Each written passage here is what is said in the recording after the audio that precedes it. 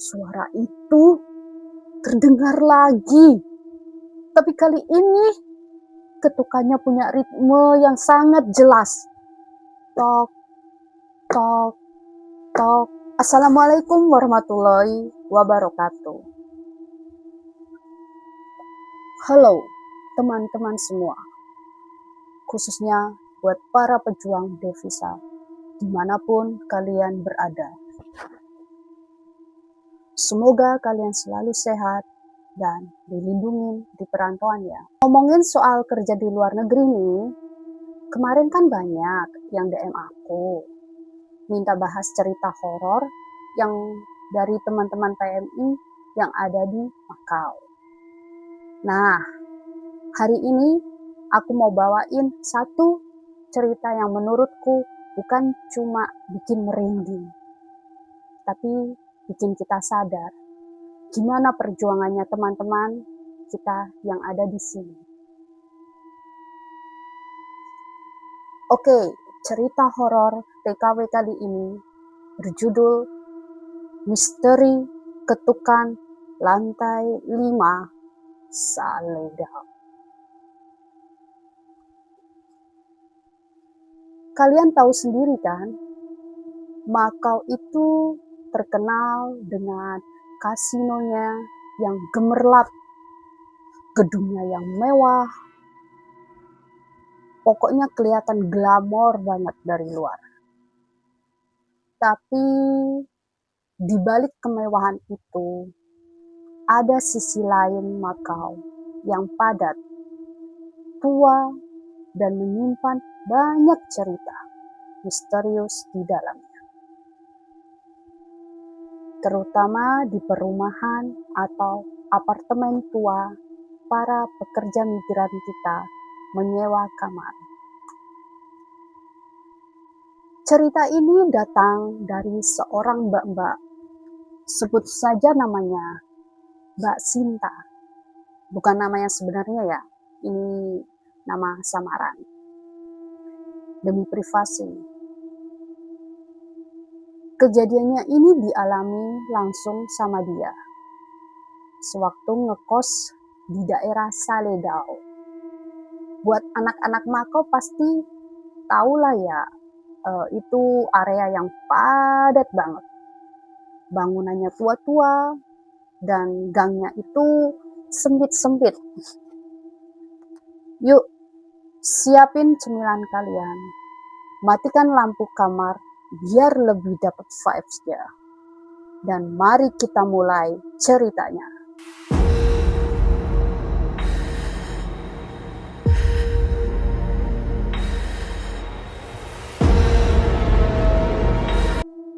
Selamat datang di Horor TKW. Wah. Jadi, tahun lalu Mbak Sinta ini baru pindah kerja. Dan dia harus cari flat atau kamar kos yang harganya itu ramah di kantong. Kalian yang kerja di Makau pasti paham lah ya.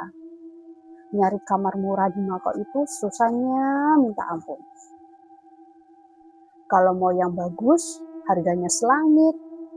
Akhirnya setelah nyari kesana kemari, Mbak Sinta dapat satu kamar di sebuah apartemen tua di daerah Saledau. Harganya miring banget dibanding tempat lain. Mbak Sinta seneng dong. Ya seneng lah, bisa hemat buat kirim ke kampung halaman. Tapi pas pertama kali dia masuk ke gedung apartemen itu, jujur perasaannya udah agak gak enak. Tangganya sempit, dindingnya agak berlumut, dan lampunya itu tipe lampu yang kuning, yang remang-remang. Pas masuk ke kamarnya, ukurannya nggak terlalu besar. Ada satu tempat tidur, lemari, dan satu jendela yang posisinya itu langsung berhadapan sangat dekat dengan dinding luar apartemen sebelah. Jaraknya itu paling sekitar 1 meteran. Jadi kalau jendela dibuka, yang kelihatan itu cuma dinding beton abu-abu yang gelap karena nggak kena sinar matahari. Mbak Sinta mikir, ya sudahlah, yang penting bisa buat tidur setelah capek kerja. Minggu pertama, minggu kedua, semuanya berjalan normal. Mbak Sinta shift siang sampai malam. Pulang ke kosan udah capek, langsung tidur. Gak ada kejadian apa-apa. Sampai akhirnya masuk di minggu ketiga. Malam itu kebetulan Mbak Sinta lagi dapat libur. Karena seharian dia habis jalan-jalan dan badannya capek banget. Sore hari sekitar jam 6 dia udah ketiduran di kamarnya. Dia tidur pules banget, nyenyak tanpa mimpi. Sampai akhirnya dia kebangun di tengah malam pas dia cek HP-nya. Jam menunjukkan pukul 1:15 dini hari.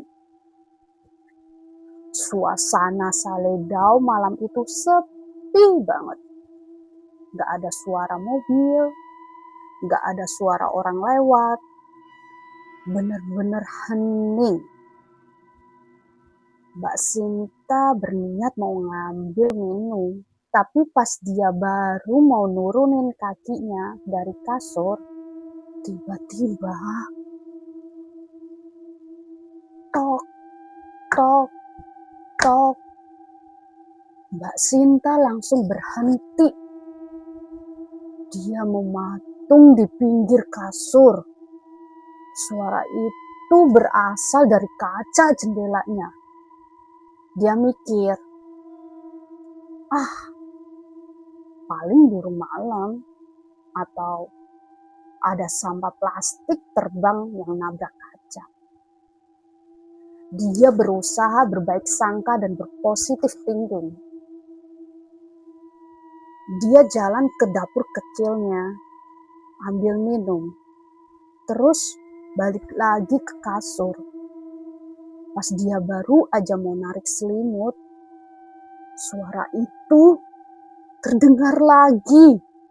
Tapi kali ini ketukannya punya ritme yang sangat jelas. Tok, tok, tok. Jeda 5 detik. Tok, tok, tok. Begitu seterusnya. Sampai merasa merinding dari tengkuk sampai ke ujung kaki.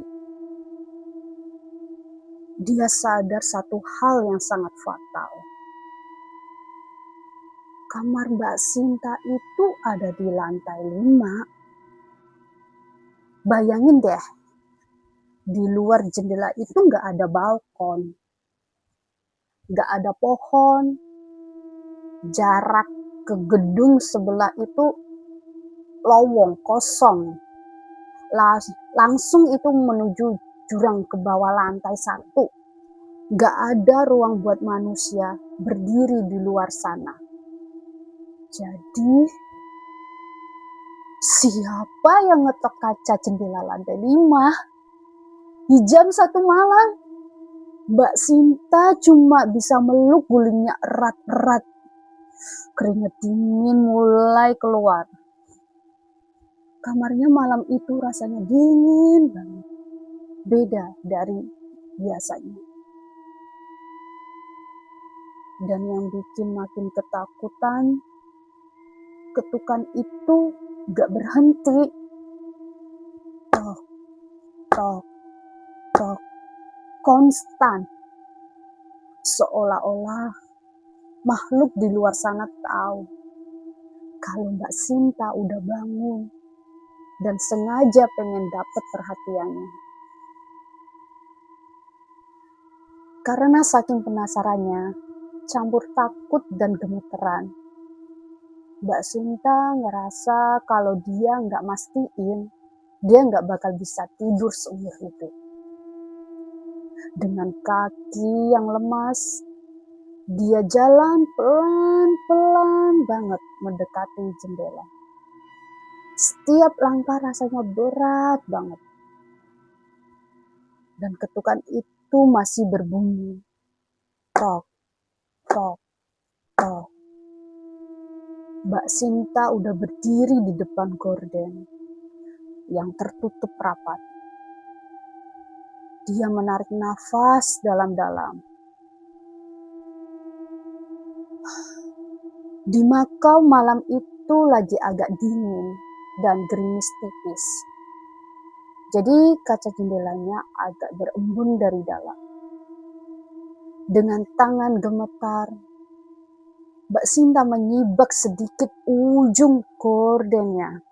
Dia ngintip dari celah kecil. Di balik kaca yang berembun itu, Mbak Sinta melihat ada siluet hitam yang tinggi besar. Makhluk itu posisinya kayak nempel di dinding luar apartemen, seperti cicak. Tapi wujudnya menyerupai manusia hitam legam. Dan yang paling bikin Mbak Sinta trauma, salah satu tangannya yang kurus panjang dengan jari-jari runcing lagi bergerak perlahan, siap ngetok kacanya lagi. Tok,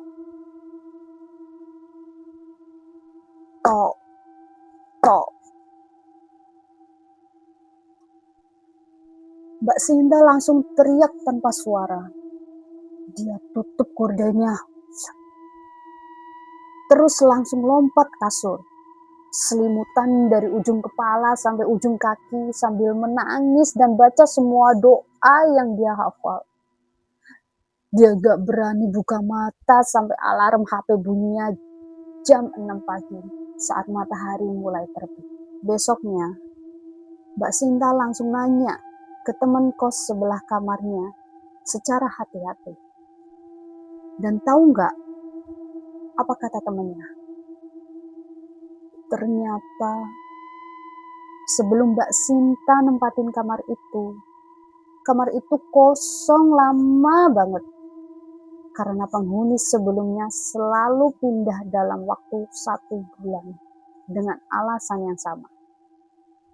Diganggu ketukan jendela jam 1 malam.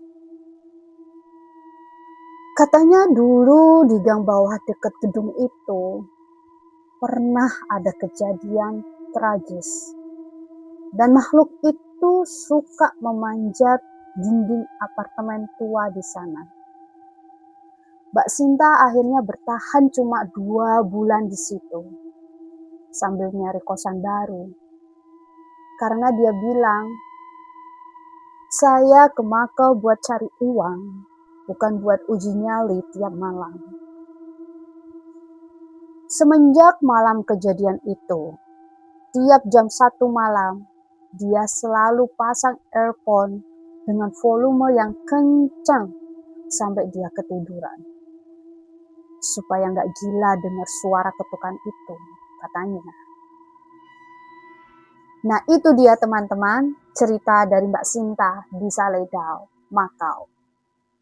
Bayangin deh, kita udah capek kerja dari pagi, malamnya harus dihadapkan sama hal yang kayak gitu. Buat kalian teman-teman pekerja migran yang ada di Makau, Hong Kong, Taiwan, atau manapun, pernah gak sih kalian ngalamin kejadian serupa di flat atau tempat kos kalian? Atau kalian punya cerita yang jauh lebih seram selama kerja di luar negeri? Jangan dipendam sendiri. Yuk berbagi cerita sama aku. Kalian bisa langsung DM cerita lengkap kalian ke aku. Tenang aja. Identitas kalian dan nama tempatnya bakal aku samarkan kalau kalian mau. Cerita yang paling menarik bakal aku buatin naskah storytelling detail kayak gini di video selanjutnya. Terima kasih udah mendengarkan sampai habis. Tetap semangat kerjanya, jaga kesehatan, dan hati-hati kalau ada yang ngetok jendela kalian malam ini. Sampai jumpa di cerita selanjutnya. Assalamualaikum, bye.